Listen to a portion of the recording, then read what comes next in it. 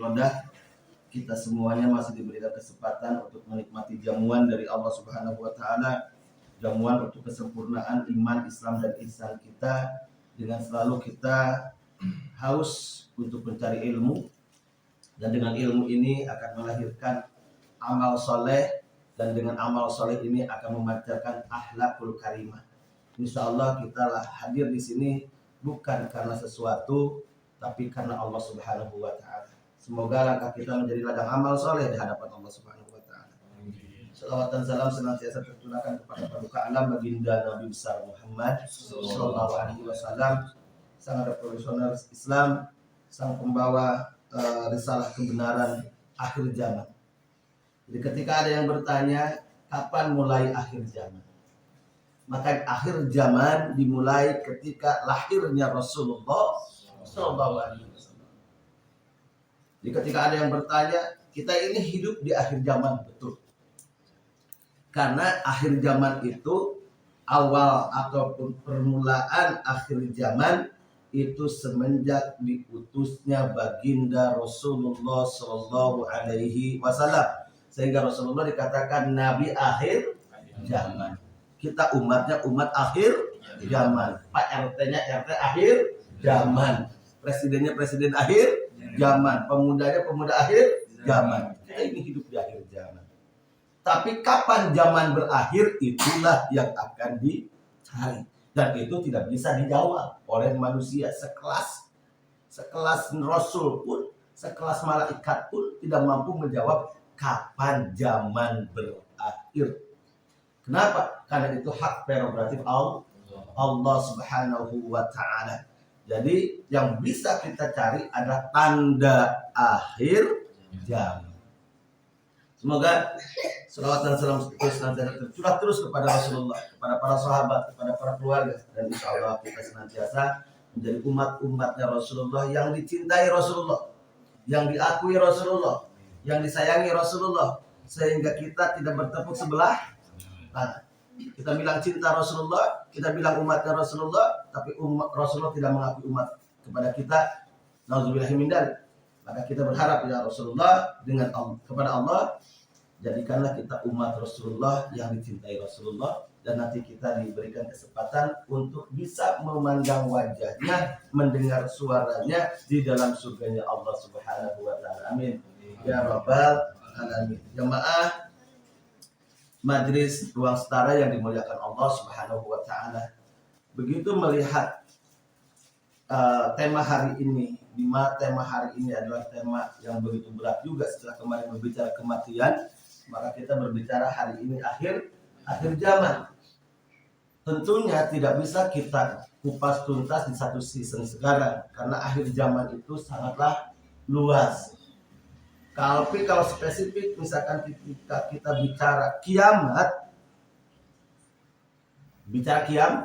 kiamat atau kiamat, ya. Jadi mungkin untuk hari ini kita ingin mengetahui tanda-tanda daripada akhir zaman, dalam garis miringnya adalah kiamat. Baik kiamat sugro maupun kiamat kubro, karena ulama membagi itu. Ada kiamat kecil, ada kiamat besar. Tentunya kalau bicara waktu tadi, sa'ah, kapan sa'ahnya? Nah, kalau bahasa Arabnya sa'ah, kalau bahasa ulangnya sa'ah, menentukan waktu. Maka bahasa Arab sa'ah sekarang bisa diartikan jam. Bisa diartikan jam. Karena jam itu menunjukkan ada waktu, ada detik, menit, dan lain sebagainya. Ketepatan waktu. Jadi ketika bertanya kapan saatnya, kalau udah bicara saat berarti kiamat.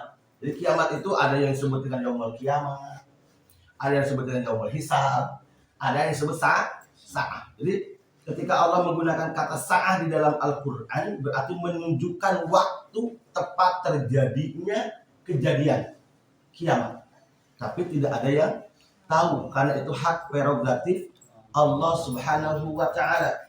Di mana ketika malaikat Jibril datang kepada Rasulullah bertanya, "Ya Rasulullah, kapan kiamat terjadi?" Maka Rasul menjawab, "Yang bertanya lebih tahu daripada yang ditanya." Karena Rasul tahu yang bertanya itu adalah malaikat. Karena pada waktu halakoh kayak begini, ada yang bertanya, ya Rasulullah, saya bertanya, kapan kiamat terjadi? Rasul tahu bahwa yang bertanya itu bukan jamaah, tapi malaikat Jibril, malak Jibril. Maka Rasulullah menjawab, yang bertanya lebih tahu daripada yang ditanya. Artinya Rasul menggambarkan sekelas Rasulullah saja tidak berani menyampaikan kapan terjadinya kiamat. Tapi kalau melihat tanda, Rasul menyampaikan banyak hadis, banyak keterangan yang menyampaikan tanda-tanda daripada yang namanya kiamat. Setidaknya kalau bicara kiamat kubro dulu, belum kiamat sugro, kiamat kecil, kiamat yang kita anggap kecil deh. Padahal kiamatnya kecil juga, itu kan pelajarannya banyak, gambaran dan pelajaran buat kita. Kalau kiamat kecilnya sudah begitu dahsyat, bagaimana kiamat besarnya? Gempa bumi, banjir, badai, topan, itu kan disebut kiamat kecil tuh. Ya, lining, agak musuh lompatan kayak itu tadi, ngesbawa kayak itu tadi, udah banyak. Pernah nggak Anda? Ke Sare Tibra, air lining lompat itu. Pernah nggak melihat ada tata lanjang? Hah? Ada kamar mandi langsung. Ini pohon karena anduk banyak kan? Ya. Bahkan mungkin saja ada ibu anu dengan kepan budaknya begitu air ini duduk bahasa lininya di kita namanya gempa bumi ya. Pak orang sudah itu kan hebatnya lini gitunya. Artinya gempa bumi. Main bola lagi kan orang-orang Cornell gitunya. Bola tendangan sudut, corner gitu. Orang sudah tuh hebat. Ada corner kan ya. Datang ke Sunda jadi Cornell gitu ya. Jadi karena laut di kornet gitunya. Jadi bahasa orang Sunda itu luar biasa. Jadi orang Sunda itu hebat lah. Termasuk lini gempa bumi. Banyak ibu-ibu yang ketika tidur di depan budaknya begitu air ini lompat di bawah guling. Itu adalah baru kiamat sugro, kiamat kecil. Bagaimana dengan kiamat kubro? Nah, dari tanda kiamat kubro itu setidaknya Rasulullah menyampaikan dalam hadis riwayat Muslim yang sahih, itu ada 10 tanda. 10 tanda akan berakhirnya ini zaman. Tapi waktunya tidak disebutkan. Kapan terjadi? Ada yang mengatakan hari Jumat. Itu kan baru prediksi. Tapi Rasulullah menyampaikan ada beberapa tanda. Setidaknya ada 10 tanda yang akan hadir nanti ketika menjelang kiamat itu datang. Tapi dalam hadis yang sahih dinyatakan kiamat tidak akan terjadi selama masih ada orang yang beriman. Jadi zaman sekarang bisa ngomong-ngomong, wah ini kiamat sudah dekat, tiba-tiba kiamatnya sudah dekat. Artinya, kalau sekarang hari ini ada sinetron kiamat sudah dekat, ada film kiamat sudah dekat. Betul. Kenapa? Karena bahasa kiamat sudah dekat itu ketika Rasulullah SAW lahir dan diangkat jadi Nabi, maka kiamat sudah dekat itu sudah ada. Kiamat sudah dekat itu bukan bahasa kita, tapi bahasa Rasulullah. Rasulullah dengan kita 1500 atau 15 abad yang lalu bicara. Sampai hari ini belum terjadi kiamat. Kalau kiamat sudah, karena ada di posisi akhir zaman. Artinya setelah zaman kita tidak ada lagi, akan ada zaman. Maka ini ada zaman finish.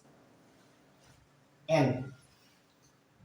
You and me. N berarti tamat gitu loh. Ini akhir zaman tuh zaman tamat, nggak ada lagi zaman ke sana. Tapi kapan terjadinya wallahu ada 10 terjadi. Rentetan hadisnya itu kalau dalam hadis Bukhari itu rentet yang pertama itu ada lahir kabut. Duhon. Nanti itu akan ada di mana dunia ini gelap gulita. Seakan ada asap, di mana asap itu sangat tebal, asap itu sangat pekat. Di mana dunia ini akan kelihatannya gelap, tidak akan ada satupun orang yang mampu melihat. Saking tebalnya duhon. Radian dan duhonnya itu juga berbahaya, sangat berbahaya.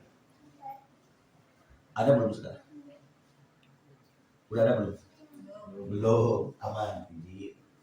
Belum ada nih kabut duhonnya kan ayah yang wabah yang bisa meracuni orang, tidak tahu waktu, gelap gulita. Ya, yang tahu itu hanya orang-orang yang beriman, waktu tahu waktu ibadah segala macam. Udah ada kabut. Dinginnya lebih daripada dingin sekarang. Antum nyumput ka mana ge eta ketika ayat kabut eta dinginnya akan terasa. Maka sangat mematikan. Sangat mematikan.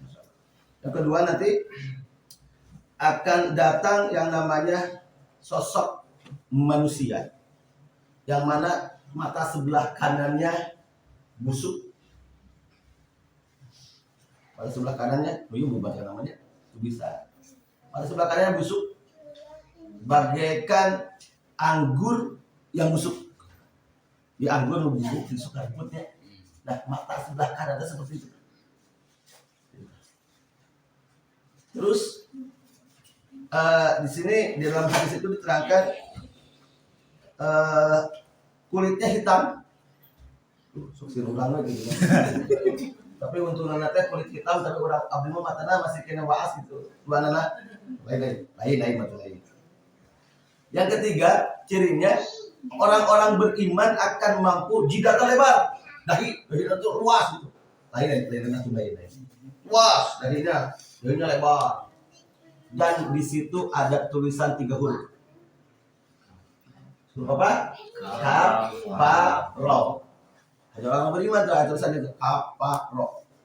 Yang budak kayak iseng-iseng zaman now nya dia kafaro gitu. Asal goblok gitu. Cerita ya. Terus rambutnya keriting. Ini dijelaskan tuh dalam hadis nih. Rambutnya keriting, badannya tinggi besar. Terus dia punya kesaktiannya luar biasa, bisa menghidupkan yang mati, bisa mematikan yang hidup, bisa menurunkan hujan, bisa mendatangkan rezeki. Siapa dia? Namanya Dajjal. Dajjal diambil dari kata dajalah. Dajalah artinya kekacauan. Sebelum fisiknya lahir, maka akan lahir dulu orang-orang yang membuat kekacauan. Dunia akan dibikin kacau. Contoh kayak di India kemarin muncul si Kribo, ya, bapak-bapak itanya, bapak naon dah, bapak bisa menghidupkan orang yang muncul lagi dari Afrika kemarin, ada lagi yang seperti itu. Wah ini berarti antek-anteknya si, cuma ciri-cirinya keriting ya, tapi matanya terpecah, matanya terpecah. Wah ini berarti si keturunan si Dajjal ya. Dan sakti kan, banyak penganut. Sekelas babak saja yang begitu, penganutnya bagaimana dengan Dajjal? Yang ucapannya, setiap mengucap dia akan terbukti. Berapa lama Dajjal akan ada?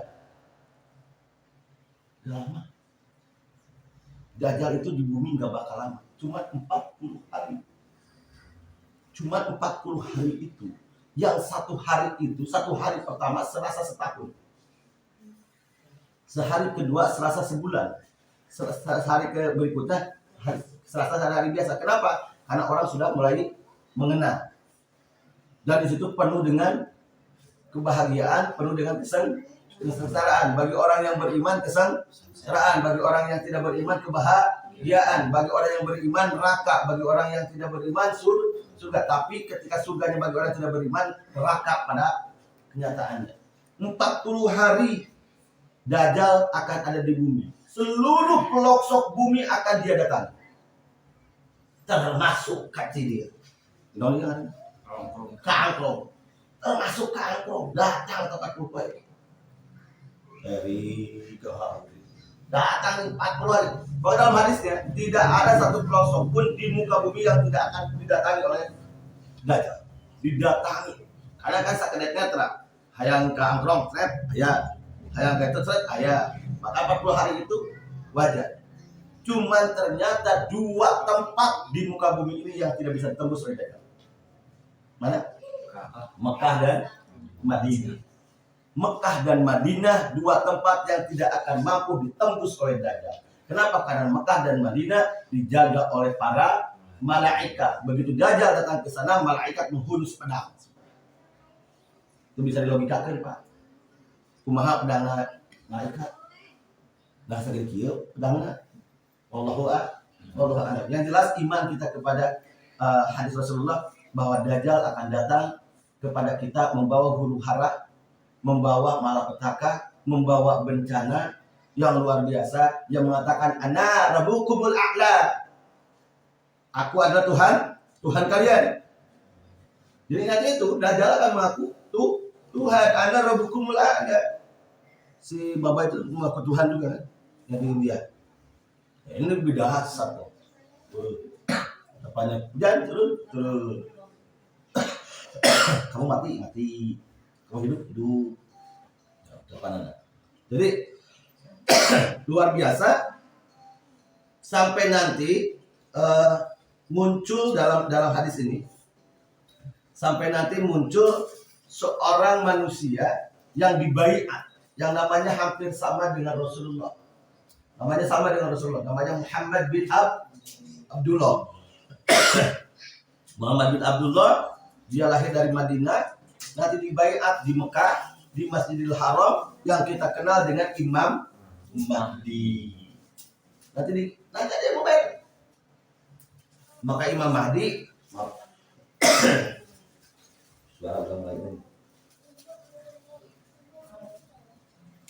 Bismillah. Maka nanti Imam Mahdi mengejar Dajjal sampai ke Palestina. Nanti dikejar oleh Imam Mahdi sampai nanti ciri yang selanjutnya setelah Dajjal, Imam Mahdi muncul lagi, yaitu nanti lahirnya Isa alaihi salam. Tapi Nabi Isa alaihi salam, Isa bin Maryam itu sebagai umatnya Rasulullah, bukan sebagai Nabi pembawa risalah. Karena setelah Nabi Muhammad tidak ada lagi pembawa risalah, tidak lagi pembawa syariat. Ingat ya, bro. Namun ayat zaman sekarang orang yang mengaku-ngaku punya syariat, berarti itu orang gila namanya. Kenapa? Karena tidak ada lagi yang pembawa syariat setelah Rasulullah. Nabi Isa saja lahir nanti kembali lagi ke muka bumi. Bukan lahir, kembali lagi ke muka bumi. Bukan sebagai nabi, tapi sebagai umatnya Rasulullah SAW untuk menghancurkan Dajjal. Sampai di satu tempat nanti Dajjal menguasai di Palestina. Dia tinggal di satu tempat, di satu rumah.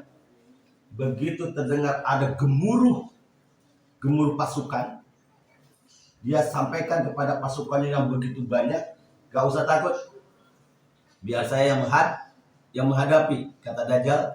Begitu Dajjal keluar membuka pintu, ternyata di depan itu sudah berdiri sosok yang namanya Isa alaihi salam. Maka Dajjal tahu kalau saya ketemu dengan Isa, maka disitulah ajal saya.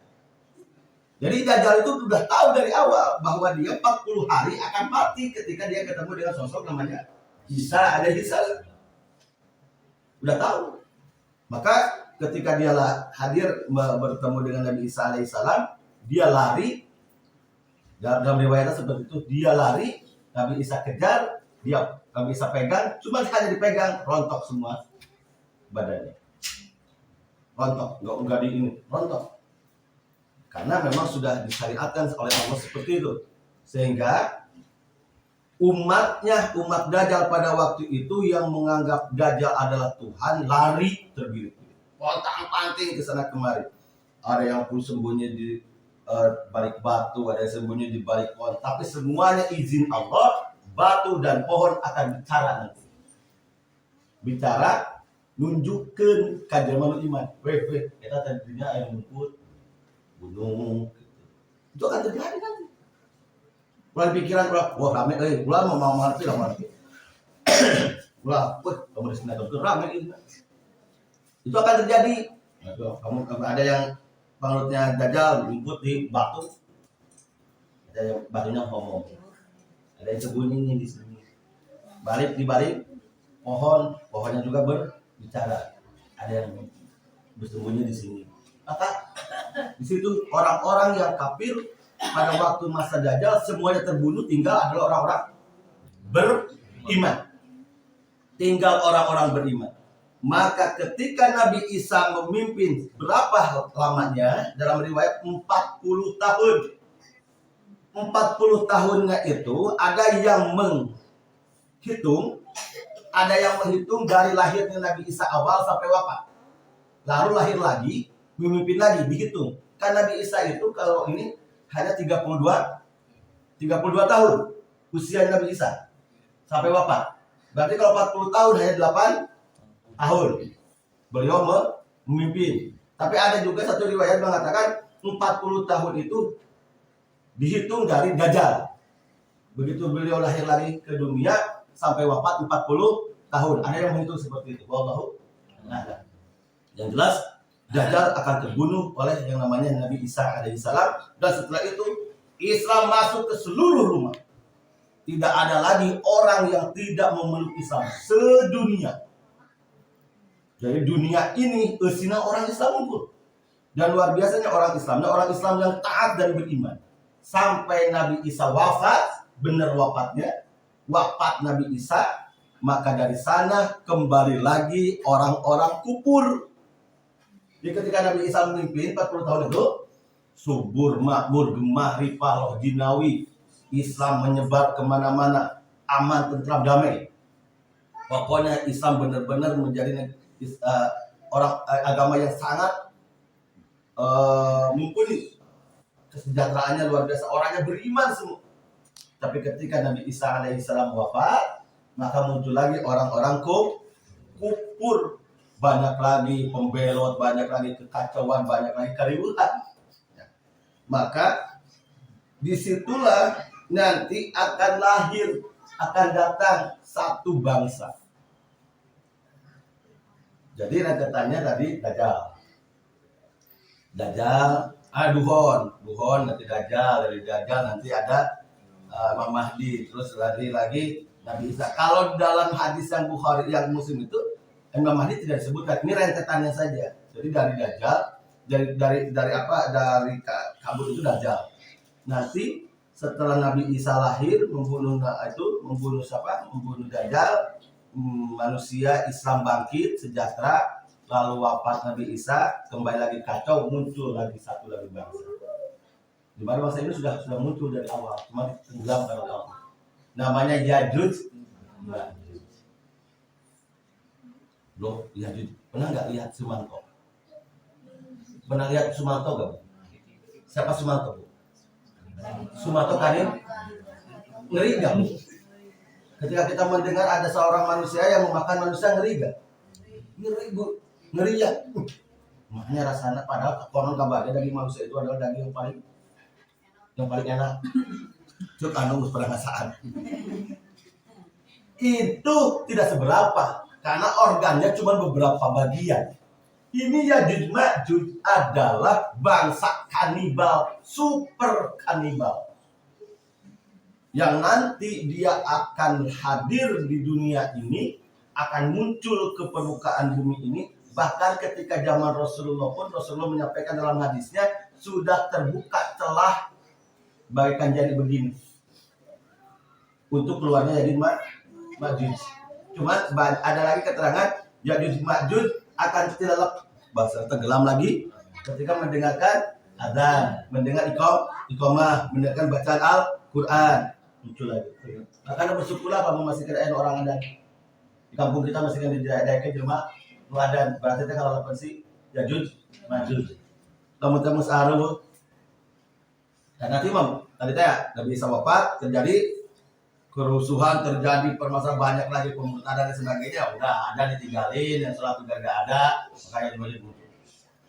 Jumlahnya bukan 100-200 jutaan akan hadir.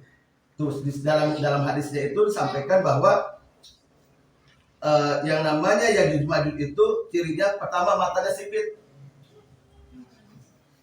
Sipit ya, mata sipit. Oh, sejatuh mata sipit.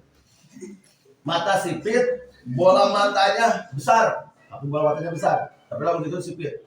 Jadi terus mainnya lah. Rambutnya keriting, keriting beda. Ada yang keritingnya, rambutnya. Tadi Dajjal keriting nih, ada yang maju keriting. Berbondong-bondong masuk nanti dia sampai ke satu sungai namanya Sungai Tibria. Saya dapat ini Sungai Tibria. Di mana Sungai Tibria itu sungai besar, seluruh orang Yajud Ma'jud minum di situ. Di Sungai Tibria sampai datang orang Yajud Ma'jud terakhir ke bagian. Ustaz China berarti minumnya lain satu seseorang. Jadi jumlah bisa saja jumlahnya banyak. Atau yang kedua minumnya begitu luar dan itu tidak pernah bisa menghilangkan dahaga. Sehingga tadi ada yang mau ketemu dengan hewan apapun dia sikat, panggil jeung jelema Eko hantem, panggil jeung Pak RT, karunya Pak RT mau gitu langsung sikat. Masya Allah. Jadi sampai-sampai Nabi Isa saja disuruh oleh Allah suruh minggir.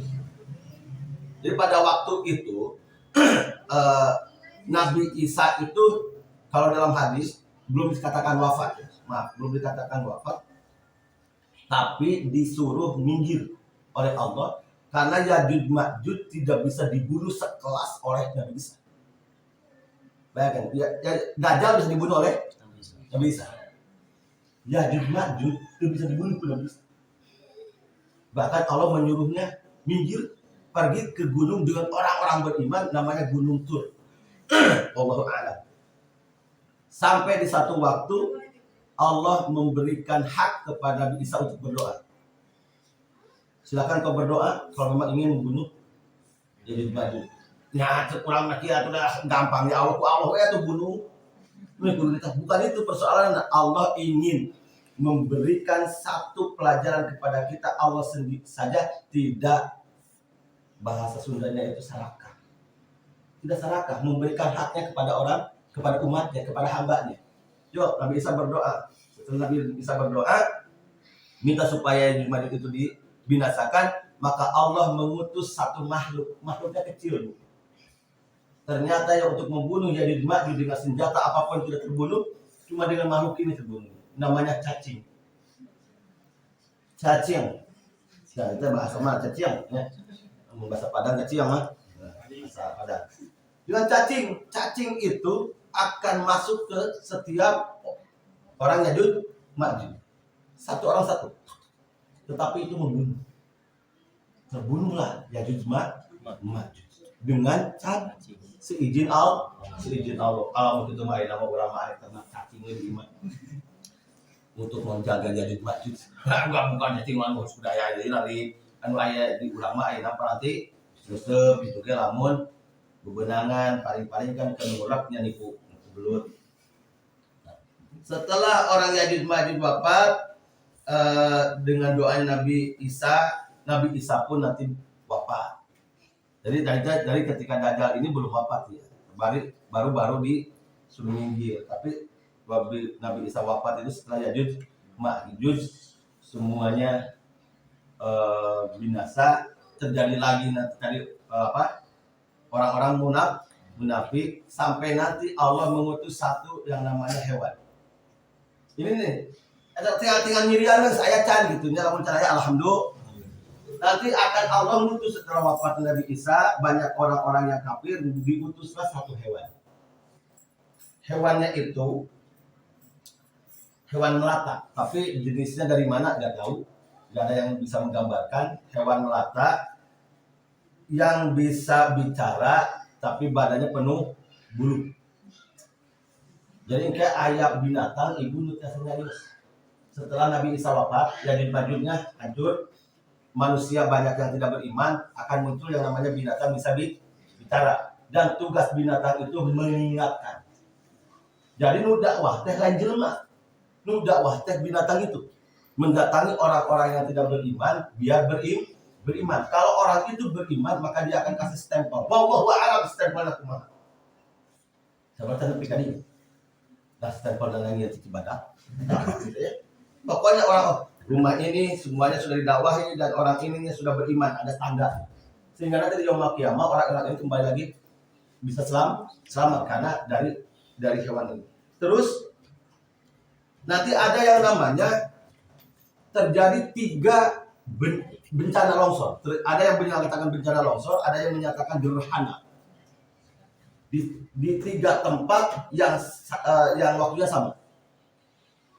Timur, barat, sama jazirah Arab. Jazirah Arab, barat, timur. Baratnya wallahu a'lam, timurnya ada yang mengatakan Asia Tenggara. Asia Tenggara, Indonesia, Asia Tenggara apa? Iya. Wallahu a'lam. Jadi nanti ada gerhana, ada yang menyatakan longsor. Pokoknya di situ ada bencana dalam waktu yang sama, tapi terjadi di dalam 3 tempat yang berbeda, tapi jenisnya sama. Kalau gerhana semuanya di timur, di barat, dan di jazirah Arab. Udah kejadian belum? Belum. Mudah-mudahan saya belum dengar berita bahwa terjadi seperti itu.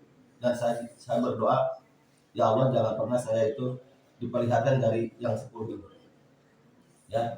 Nah, setelah itu nanti akan muncul yang namanya keluar api dari daerah Aden, kota Aden. Kota Aden itu di Yaman. Nanti Ibu jamaah di tanda kiamat selanjutnya adalah munculnya api besar. Api besar muncul ujuk-ujuk. Tapi kotanya udah ditentukan. Kalau dalam hadis Rasulullah adalah kota Aden atau itu daerah Yaman. Dan itu api akan menghalangi seluruh pergerakan dan perjalanan, baik darat maupun udara. Dan luar biasanya api itu akan bisa dilihat dari seluruh penjuru dunia. Bayangkan satu mahal tingginya. Kamu kurang angkrong bisa ningali kayaman hari ini. Iya, aku kayak kebakaran, berarti itu tanda itu deket N. Ya, berarti sangat tinggi. Dan itu akan terjadi. Kalau ciri-ciri yang disebutkan Rasulullah, ciri-ciri yang kecil kalau nggak mulai muncul, jadi semuanya udah kejadian. Di mana Arab Saudi, kota gersang akan menjadi kota subur. Terjadi belum? Sudah. Terus sungai yang ini sudah mulai kering, sudah mulai Eufrat, itu udah mulai kering, udah ada. Hal yang kecil udah ada. Ini yang kita bicarakan adalah hal yang besar. Udah itu api menyala, maka akan diakhiri. Terakhir adalah dengan terbitnya matahari dari tempatnya terbenam. Terbit matahari dari tempatnya terbenam. Dan berbahayalah bagi orang-orang yang belum bertobat sampai terbitnya matahari dari tempatnya terbenam. Kenapa saya katakan barat? Lamun urang barat tadi itu urang itu untuk barat agama. Maka sebutlah matahari itu ciri kiamat terakhir itu matahari terbit dari tempatnya terbenam. Selama belum matahari terbit dari tempatnya terbenam, maka pintu tobat terbuka. Dajjal ayam masih yang dibuka oleh Allah, Yajuj Majuj ada masih dibuka oleh Allah pintu tobat kita. Tapi kalau sampai sudah matahari terbit dari tempat terbenam, maka tertutup sudahlah pintu tobat. Pada waktu itu manusia semuanya beriman. Ketika matahari terbit dari tempatnya terbenam, okelah kita katakan matahari terbit dari barat, maka seluruh umat manusia pada masa itu akan beriman, Pak RT. Tapi ternyata keimanan mereka akan sia-sia karena pintu tobat tertutup. Mudah-mudahan. Yang jelas terakhir adalah kiamat ini pasti dan orang beriman mengatakan bahwa rukun iman keberapa? Iman kepada hari akhir. Iman kabar kan? Oh, contoh kalau yang apalkan jadi iman kasaha. Oh, 2. Hahaha, jauh teh kan lanjut dengan akhir zaman dia. Oh, iman kepada Allah.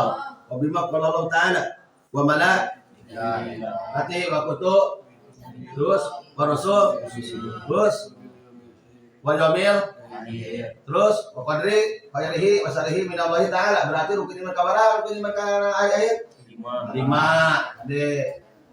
Mau akhir zaman rukun iman kita berapa? Ternyata iman kepada hari akhir adalah bagian daripada rukun iman seseorang yang mengaku mukmin. Maka pasti itu adanya. Kapan waktunya hanya Allah yang tahu. Persoalannya bukan hari akhir, bukan kiamat, brother. Lain kiamatnya itu dijadikan persoalan terberat. Buat kita bukan kiamatnya, karena kiamat pasti terjadi. Di mana ada pertemuan, ada perpisahan. Tapi yang harus kita persoalkan dan persiapkan, sejauh mana amal kita hari ini sudahkah siap menghadapi itu. Ulang diomongkan kiamat, tapi amal ulang belum siap. Berarti hari ini kematian terus kita bicarakan persoalan amalnya bagaimana. Maka kematian, kiamat, prerogatif Allah. Tugas kita gak usah ngurusin prerogatif Allah. Tugas kita urusin tugas kita.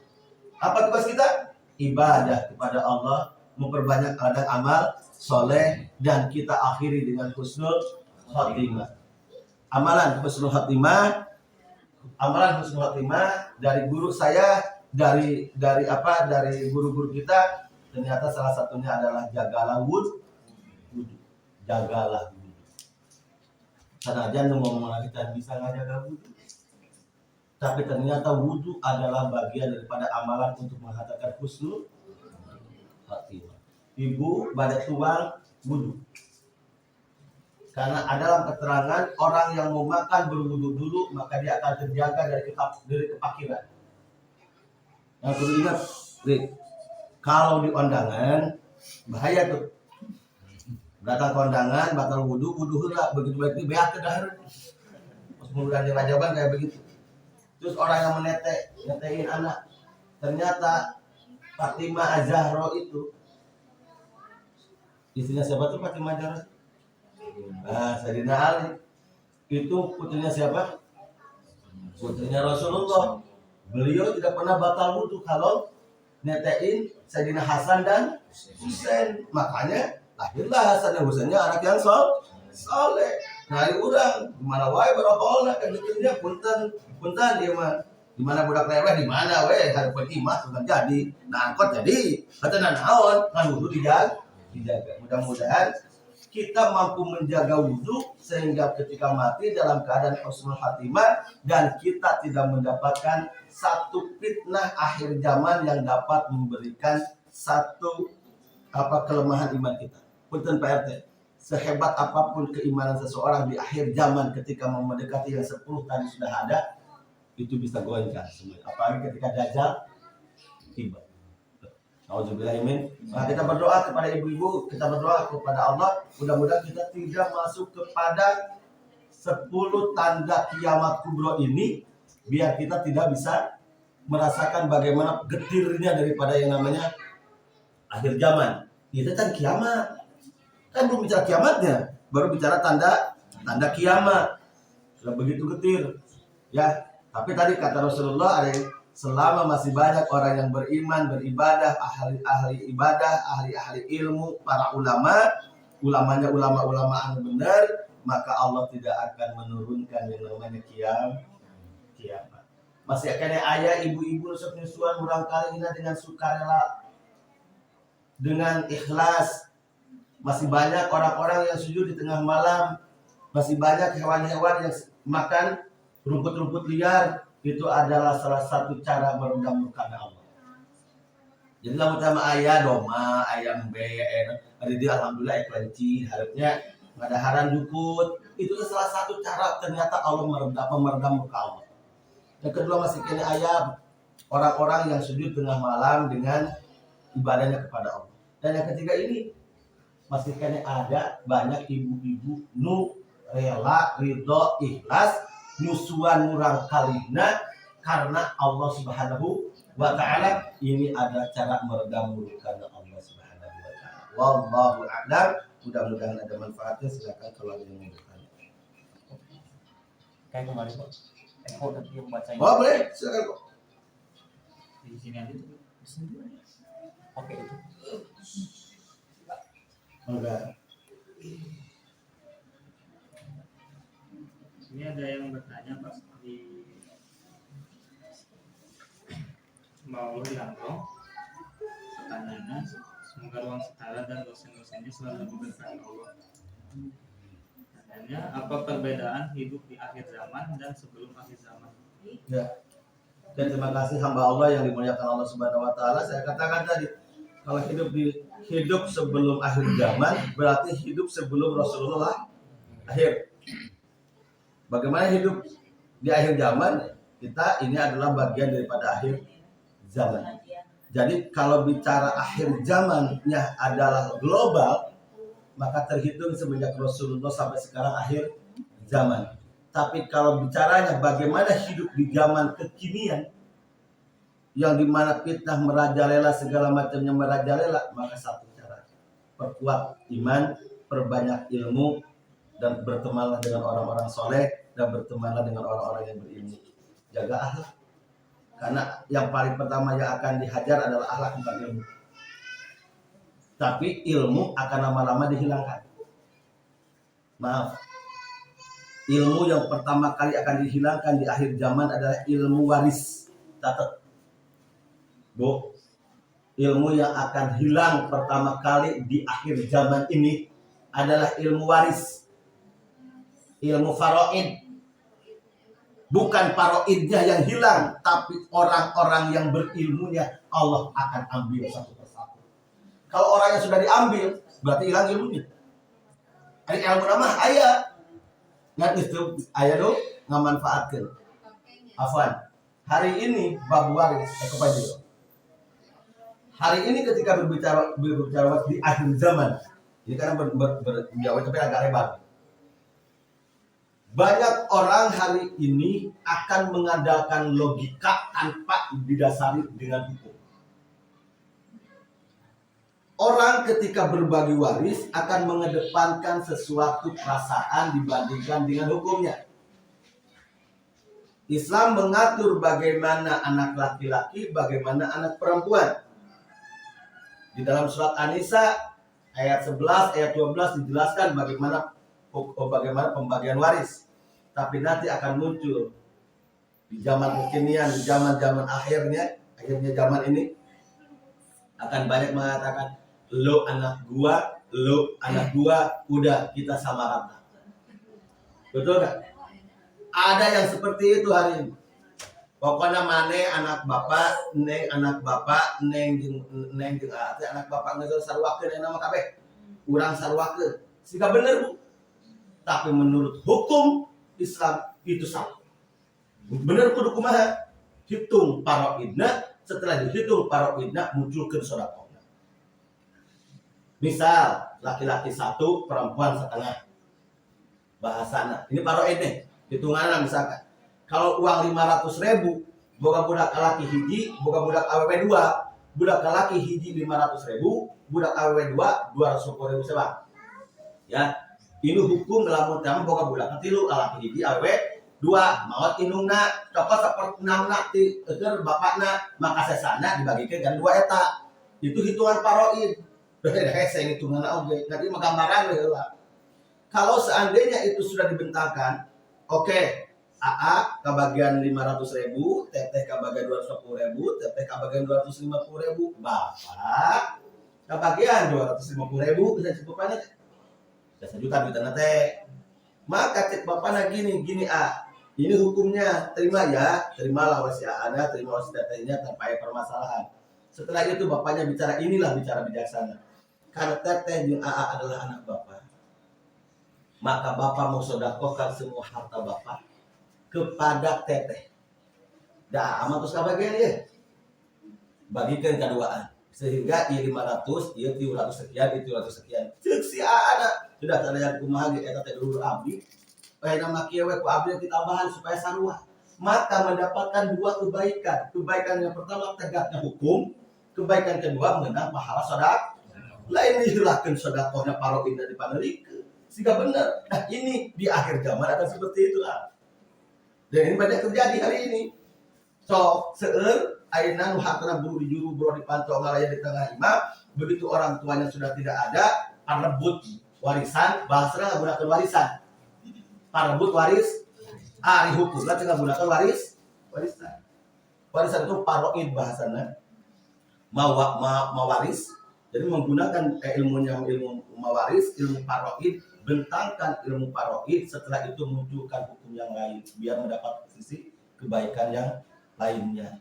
Dan itu akan terjadi di akhir zaman. Nah, jadi hukum dilemitkan. Kenapa? Karena orang-orang yang paham hukumnya juga sudah tidak ada.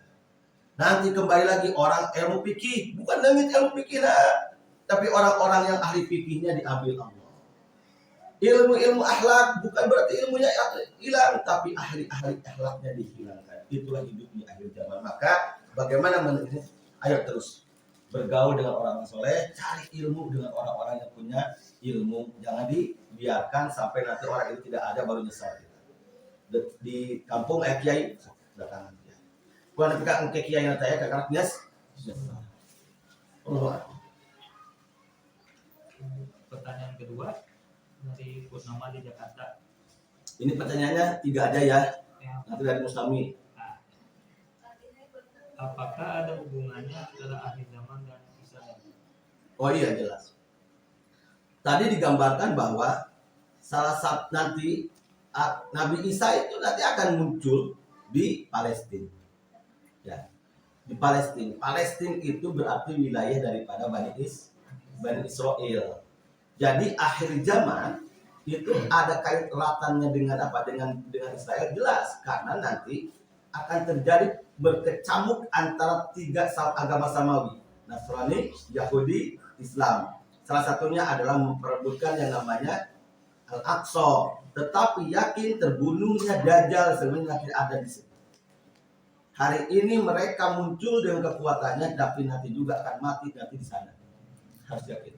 Matinya kekuatan itu pun di daerah Palestina. Allah.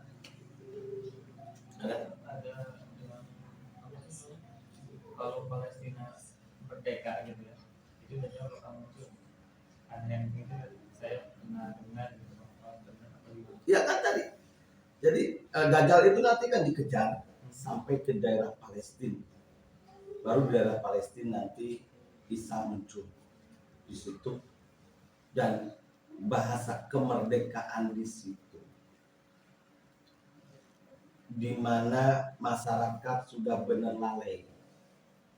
Bahasanya Dajjal lahir itu bukan merdeka karena dia dipredem untuk apa? Untuk tauhid yang kuat, tapi nanti banyak orang-orang seakan-akan merdeka tetapi terbablas dari tauhid. Palestina kan negara yang taruhlah wilayah yang tempatnya para rasul lahir, tapi tidak nanti di akhir zaman yang sudah ditentukan oleh Allah akan terjadi banyak kekufuran. Di situ muncul. Kan Dajjal rasa pendirinya. Nanti dia mulai nanti berkembang. Jadi ketika ada kaitan erat, ya udah bagi Israel itu ada. Tapi yang hari ini, yolah kita belum mempermasalahkan data, permasalahan amaliyah ulang, perbaiki amaliyah. Tapi siap-siap, mudah-mudahan kita makin kan. Mau kuat. Tadi kuat aja lah. Dah, berapa kuat? Tadi kuat. Cuma kaki itulah. Tadi ini disumpah. Terus bawa karena utang kan. Terus Pertanyaan terakhir tadi Pak. ya, kita ibu-ibunya. Ya, dari Bapak Supriyono di Jakarta. Bagaimana kondisi umat muslim dan umat-umat non-muslim pada akhir zaman?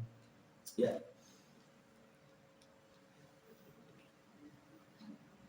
Yang jelas di akhir zaman ini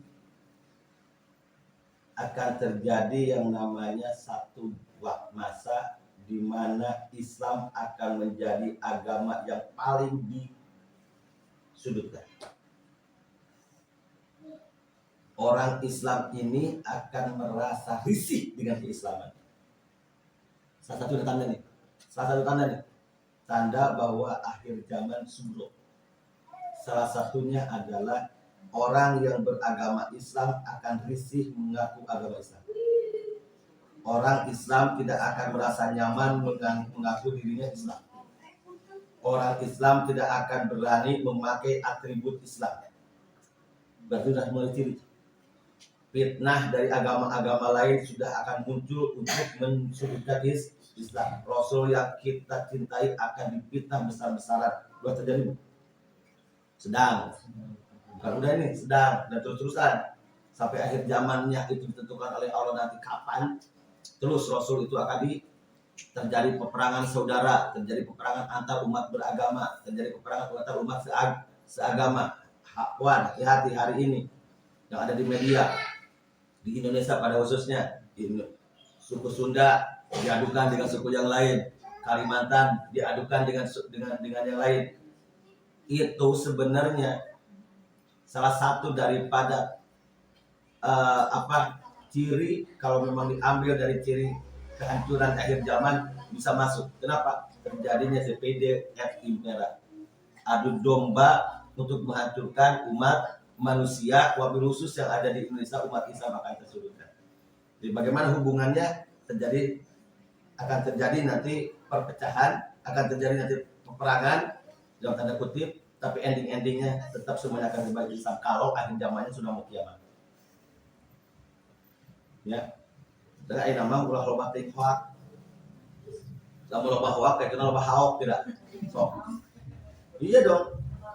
Loba macam medsos ibu ulah loba teuing macam medsos aya nama. Warna mau macam medsos ulah loba teuing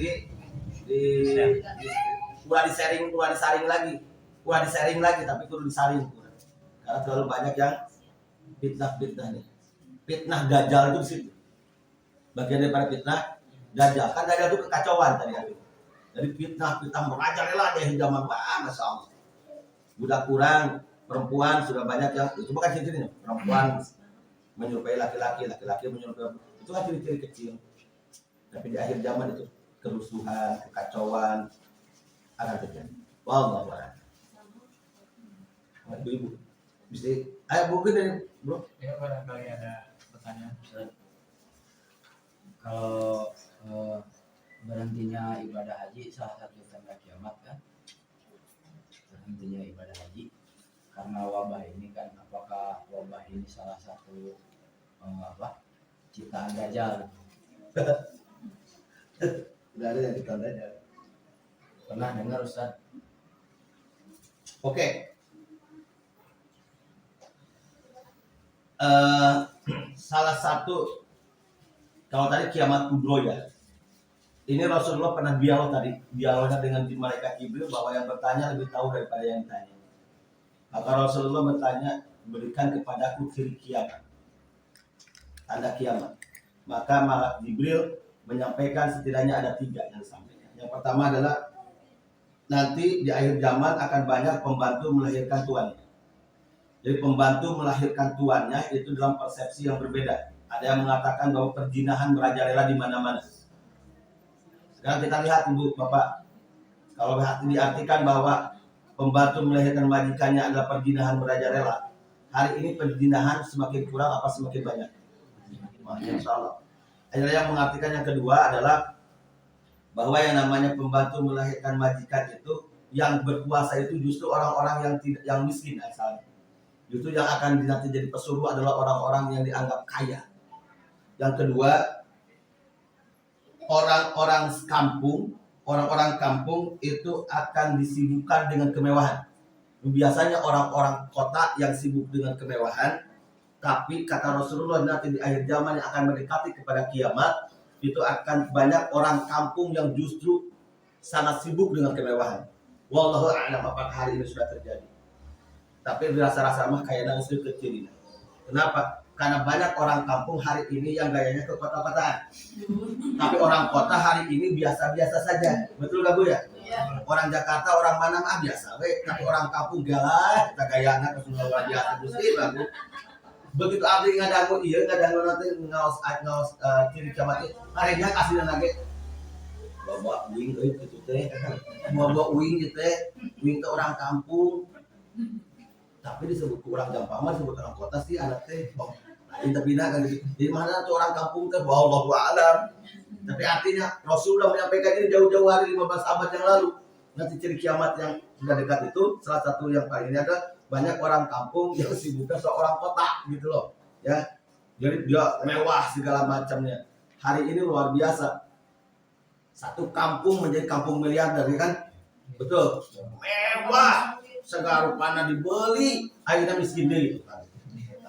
Kakak bulan kamari bumi, akhirnya miskin deh, ya. Yang ketiga, ini. Yang ketiga, di akhir zaman yang mendekati kiamat, wallahu alam apakah ini terjadi atau belum, akan ada penyakit menular yang tidak ada obat. Kalaupun ada obatnya sangat lama dicarinya. Wallahu a'lam. Ini Rasul yang menyampaikan. Antum bertanya ini sebelum jawab ke situ. Tapi ternyata Rasul pernah menyampaikan ini. Di akhir zaman untuk dekat ke kiamat akan ada penyakit menular yang susah obatnya. Apakah sekarang? Wallahu a'lam. Akhirnya sampai 2 tahun lebih. Obatnya kan menang-menang. Hari divaksin mau ngapoe, tapi penyakit ayat terus aneh. Saya tuh bingung hari ini akhirnya. Divaksin terus, akhirnya kudu 3 kali divaksin, tapi muncul deh penyakit yang baru. Terus kamu gitu vaksin apa fungsinya? Udah peletik diparaksa, kudu divaksin. Terus penyakit di mana kan aneh. Apakah ini yang dimaksud dengan hadis Rasulullah? Ternyata kalau masa Allah Rasul itu sudah menyampaikan dulu jauh-jauh hari. Terus permasalahan haji atau umroh, ada yang mengatakan nanti di akhir zaman kiamat sudah dekat, afan, nanti akan ada yang menghancurkan Ka'bah dari bangsa mana, yaitu tadi salah satu bangsa Yajuj Majuj. Nanti akan menghancurkan Ka'bah. Ka'bah akan dipreteli satu persatu batunya. Ketika apa? Ketika pada waktu itu sudah tidak ada lagi orang yang menyembah, yang beribadah di Ka'bah, yang beribadah di Ka'bah. Dulu mamah loba, lu iman aku ayat, tapi lu datang kalinya anu ayat oke didinya embung ibadah didinya, maka akan terjadi yang namanya kiamat. Kalau hari ini alhamdulillah masih ada. Yang tawaf masih ayat. Tong doakan guru ayeuna lah, buat dia bukan ya. Tapi cirinya memang seperti itu, itu disampaikan oleh Rasul. Nanti bangsa tadi yang akan mempreteli, karena sudah tidak ada lagi orang yang mau beribadah di situ, dan seizin Allah akan itu hancur rata, nanti Ka'bah nggak ada, udah selesai. Jangan lagi peradaban umat Islam itu satu tujuan. Ya, untuk hari ini punten ibu bari umroh 38 jutanya. Mun. Pemerintahnya 28 juta umrohnya, tapi untuk nanti di sana PCR terus karantina itu jumlahnya itu 38 juta. 36 juta ke sana, yang satunya lagi adalah meningitis sama paspor kan tidak kurang. Namun kurang lebih 38 juta untuk hari ini. Jumlah harinya 20 hari atau 24 hari kos ibadah haji. Nah datang ke Madinah 7 poe. Bila nama di jalan. Datang ke Madinah 5 hari di Madinah. Pulang ke 7 hari di Indonesia. Sebelum pergi 1 hari di Pondok Gede. Jadi jumlah jamnya sekitar 20 hari atau 24 hari. Mbak. Jadi insya Allah sok anu gara doa tuh sama enggak tenan alhamdulillah bisa ngan bener ada lila biayanya ada bengkak, tapi walaupun bengkak masya Allah ibu gama indah insya Allah. Oke jadi untuk hari ini saya melihat masih jauh karena masih ayat kena tawaf, masih kena ayat daek ke Mekah, masih kena ayat daek anu ngalaksanakan ibadah haji, tapi sampai satu titik nanti bro udah tidak ada lagi. Kalau hari ini kan tetap orang-orang sana masih ada yang nanti kalau orang Jazirah Arabnya sendiri udah tidak ada, udah. Ya itu yang mungkin cirinya. Tapi sekarang mah masih jauh, masih jauh. Dan kuat. Allah. Ada? Barangkali ada pertanyaan dari Ibu. Mungkin ya itu suantana terus ada seragam. Ending. Sebelum ibu-ibu dan mungkin yang bertanya, Abdi menyampaikan jazakallahu khairan katsir kepada para muwakif yang tanpa disadari, Rik, hari ini berarti kita sudah 2000, kurang lebih 2000 ikro yang sudah kita keluarkan, termasuk Bapak Dewan tadi bagian menjadi muwakif hari ini.